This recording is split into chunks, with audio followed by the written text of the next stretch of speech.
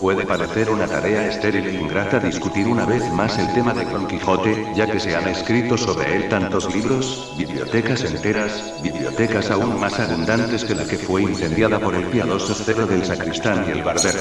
Sin embargo, siempre hay placer, siempre hay una suerte de felicidad cuando se habla de un amigo. Y creo que todos podemos considerar a Don Quijote como un amigo. Esto no ocurre con todos los personajes de ficción. Supongo que Agamenón y Beowulf resultan más bien distantes.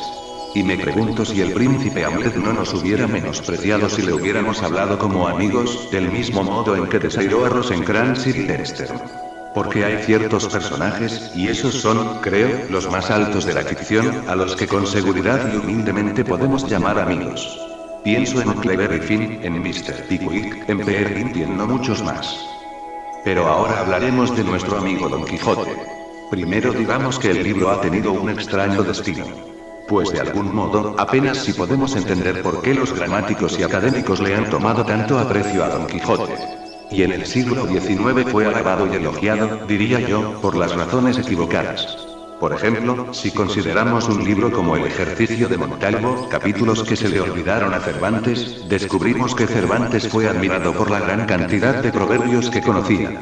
Y el hecho es que, como todos sabemos, Cervantes se burló de los proverbios haciendo que su rechoncho Sancho los repitiera profusamente. Entonces, la gente consideraba a Cervantes un escritor ornamental. Y debo decir que a Cervantes no le interesaba para nada la escritura ornamental. La escritura refinada no le agradaba demasiado, y leí en alguna parte que la famosa dedicatoria de su libro al conde de Lemos fue escrita por un amigo de Cervantes o copiada de algún libro, ya que él mismo no estaba especialmente interesado en escribir esa clase de cosas.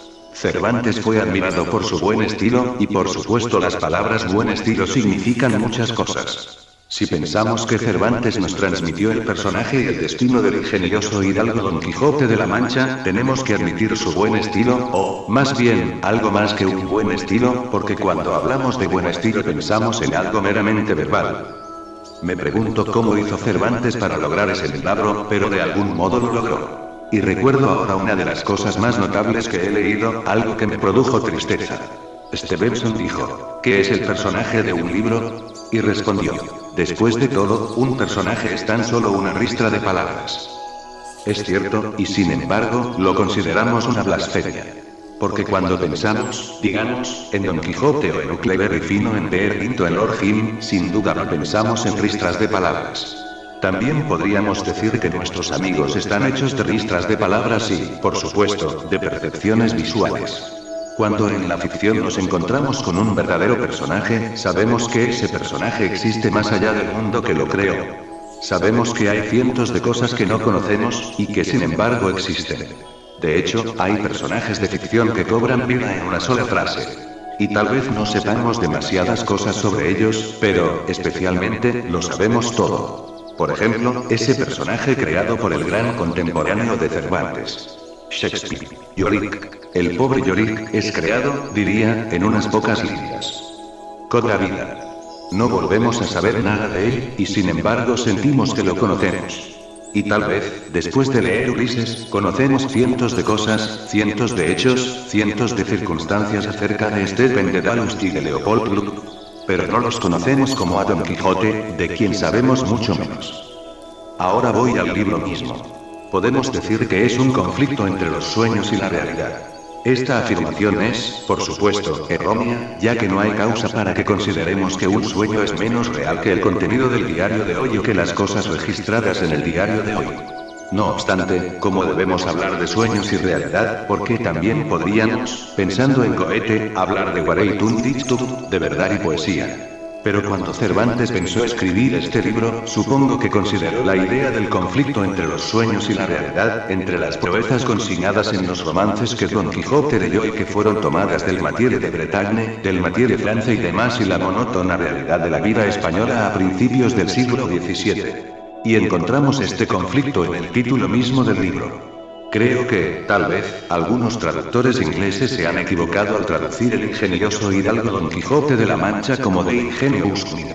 Don Quijote de la Mancha, porque las palabras Knight y Don son lo mismo. Yo diría tal vez de Ingenious Country Gentleman, y ahí está el conflicto.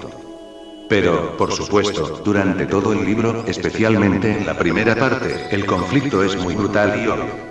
Vemos a un caballero que vaga en sus empresas filantrópicas a través de los polvorientos caminos de España, siempre apelado y en apuros. Además de eso, encontramos muchos indicios de la misma idea. Porque por supuesto, Cervantes era un hombre demasiado sabio como para no saber que, aun cuando opusieron los sueños y la realidad no era, digamos, la verdadera realidad o la monótona realidad común. Era una realidad creada por él. Es decir, la gente que representa la realidad en Don Quijote forma parte del sueño de Cervantes tanto como Don Quijote y sus infladas ideas de la caballerosidad, de defender a los inocentes y demás. Y a lo largo de todo el libro hay una suerte de mezcla de los sueños y la realidad.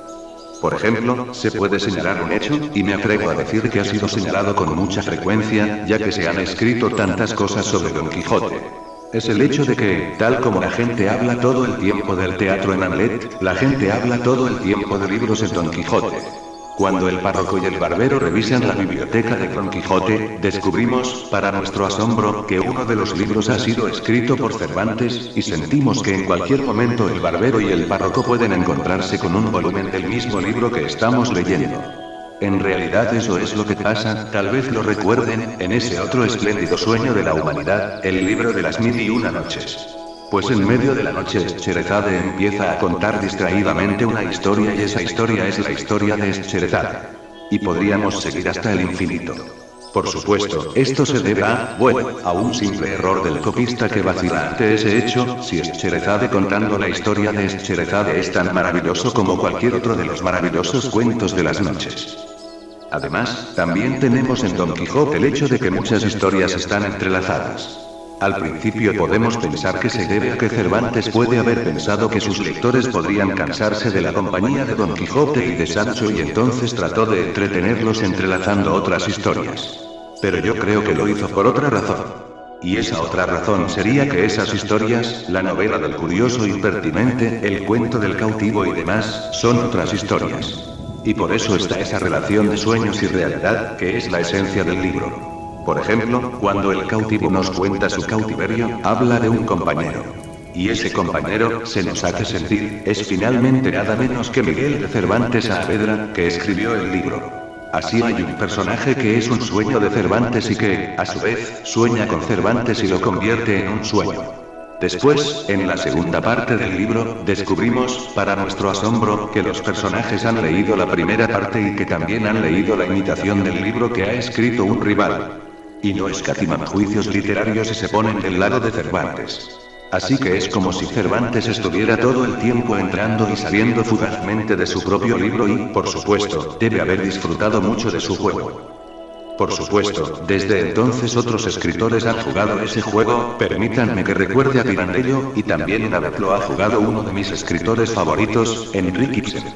No sé si recordarán que al final del tercer acto de Peer Gynt hay un naufragio.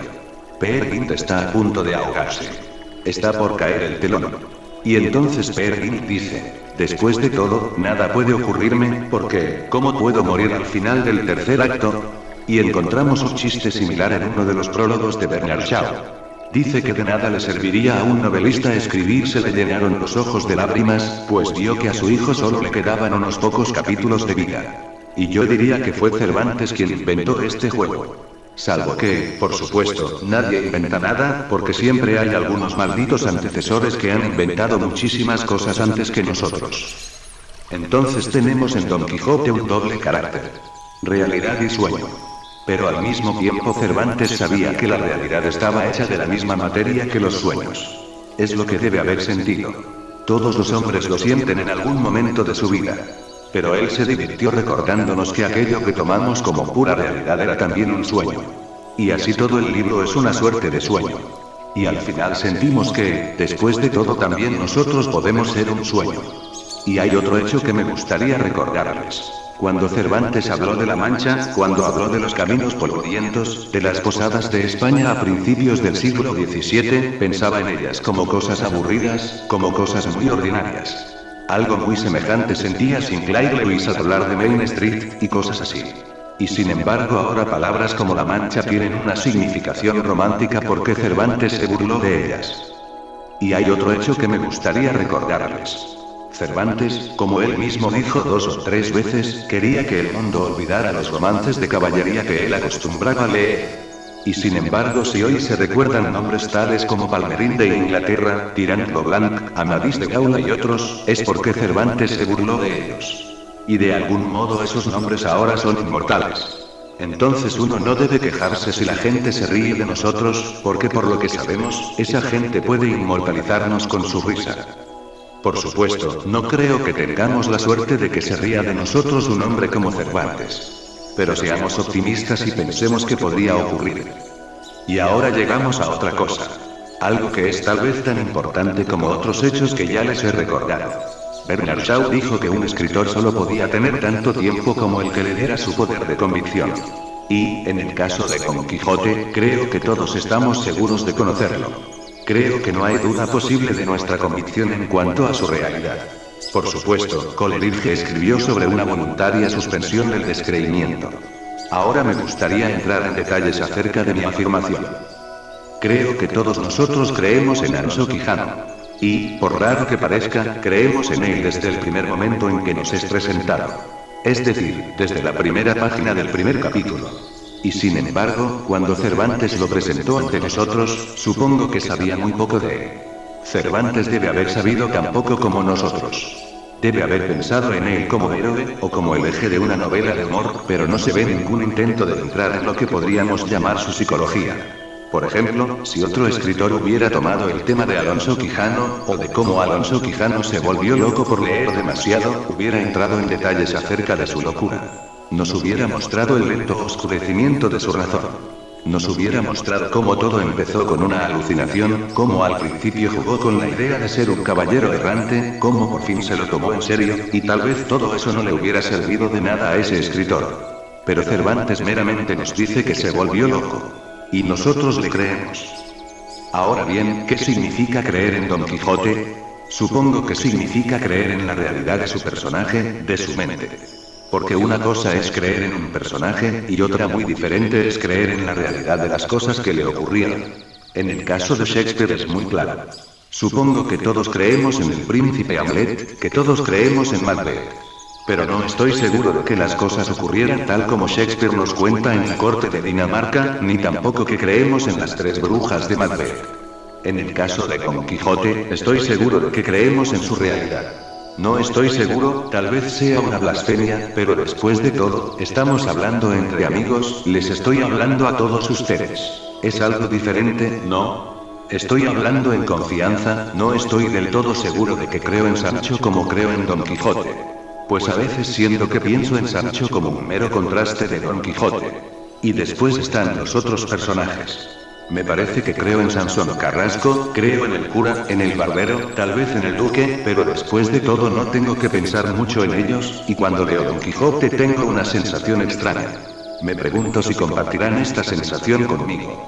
Cuando leo Don Quijote, siento que esas aventuras no están allí por sí mismas. Coleridge comentó que cuando leemos Don Quijote nunca nos preguntamos ¿y ahora qué sigue? Sino que nos preguntamos qué ocurrió antes, y que estamos más dispuestos a releer un capítulo que a continuar con uno nuevo. ¿Cuál es la causa? La causa, supongo, es que sentimos, al menos yo siento, que las aventuras de Don Quijote son meros adjetivos de Don Quijote. Es una argucia del autor para que conozcamos profundamente al personaje. Es por eso que libros como La Ruta de Don Quijote, de Azorín, o La Vida de Don Quijote y Sancho de Unamuno, nos parecen de algún modo innecesarios. ¿Por qué toman las aventuras o la geografía de las historias demasiado en serio? Mientras que nosotros realmente creemos en Don Quijote y sabemos que el autor inventó las aventuras para que nosotros pudiéramos conocerlo mejor. Y no sé si esto no es cierto con respecto a toda la literatura. No sé si podemos encontrar un solo libro, un buen libro, del que aceptemos el argumento aunque no aceptemos a los personajes.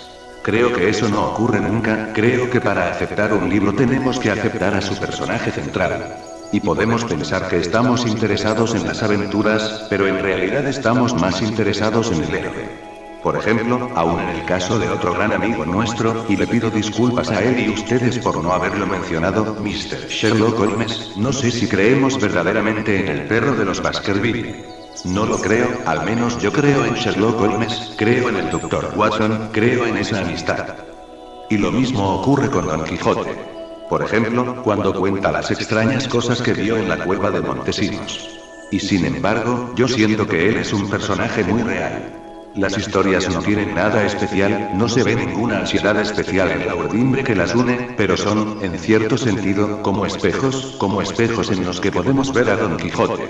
Y sin embargo, al final, cuando vuelve a su pueblo natal para morir, sentimos lástima de él porque tenemos que creer en esa aventura. Él siempre había sido un hombre valiente. Fue un hombre valiente cuando le dijo estas palabras al caballero enmascarado que lo derribó. Dulcinea del Toboso es la dama más bella del mundo, y yo el más miserable de los caballeros.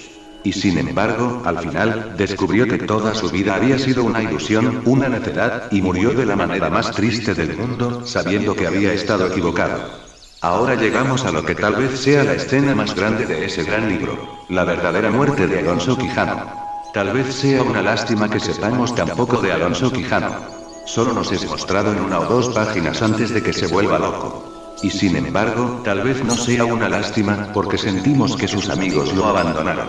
Y entonces también podemos amarlo. Y al final, cuando Alonso Quijano descubre que nunca ha sido Don Quijote, que Don Quijote es una mera ilusión, y que está por morirse, la tristeza nos arrasa, y también a Cervantes. Cualquier otro escritor hubiera cedido a la tentación de escribir un pasaje florido. Después de todo, debemos pensar que Don Quijote había acompañado a Cervantes muchos años. Y, cuando le llega el momento de morir, Cervantes debe haber sentido que se estaba despidiendo de un viejo y querido amigo. Y, si hubiera sido peor escritor, o tal vez si hubiera sentido menos pena por lo que estaba pasando, se hubiera lanzado a una escritura florida. Ahora estoy al borde de la blasfemia, pero creo que cuando Hamlet está por morir, creo que tendría que haber dicho algo mejor que el resto es silencio. Porque eso me impresiona como escritura florida y bastante falsa. Amo a Shakespeare, lo amo tanto que puedo decir estas cosas de él y esperar que me perdone. Pero bien, también diré, Hamlet, el resto es silencio, no hay otro que pueda decir eso antes de morir. Después de todo, era un dandy y le encantaba lucirse. Pero en el caso de Don Quijote, Cervantes se sintió tan sobrecogido por lo que estaba ocurriendo que escribió, el cual entre suspiros y lágrimas de quienes lo rodeaban, y no recuerdo exactamente las palabras, pero el sentido es dio el espíritu, quiero decir que se murió. Ahora bien, supongo que cuando Cervantes releyó esa oración debe haber sentido que no estaba a la altura de lo que se esperaba de él. Y sin embargo, también debe haber sentido que se había producido un gran milagro. De algún modo sentimos que Cervantes lo lamenta mucho, que Cervantes está tan triste como nosotros. Y por eso se le puede perdonar una oración imperfecta, una oración tentativa, una oración que en realidad no es imperfecta ni tentativa sino un resquicio a través del cual podemos ver lo que él sentía. Ahora, si me hacen algunas preguntas trataré de responderlas. Siento que no he hecho justicia al tema, pero después de todo, estoy un poco conmovido. He vuelto a Austin después de 6 años. Y tal vez ese sentimiento ha superado lo que siento por Cervantes y por Don Quijote. Creo que los hombres seguirán pensando en Don Quijote porque después de todo hay una cosa que no queremos olvidar. Una cosa que nos da vida de tanto en tanto, y que tal vez nos la quita, y esa cosa es la felicidad.